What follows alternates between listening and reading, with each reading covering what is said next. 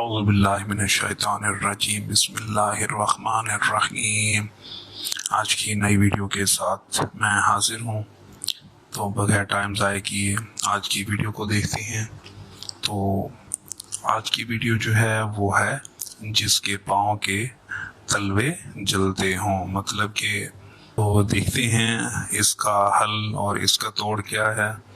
बहुत ही आसान और सादा सा टोटका है, तो इसको आपने ज़रूर आजमाना है। तो देखते हैं आज के इस टोटके को।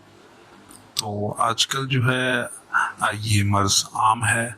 आम तौर पर अक्सर ख़वातीन को ये शिकायत होती है कि पाँव में आग लग जाती है। कभी वो पाँव पानी से गीले कर रही होती हैं, कभी धो रही होती हैं, लेकिन जैसे ही पानी खुश्क होता है फिर दोबारा जलन होने लगती है। इस मर्ज़ के लिए ये नुस्खा हाजिर खिदमत है।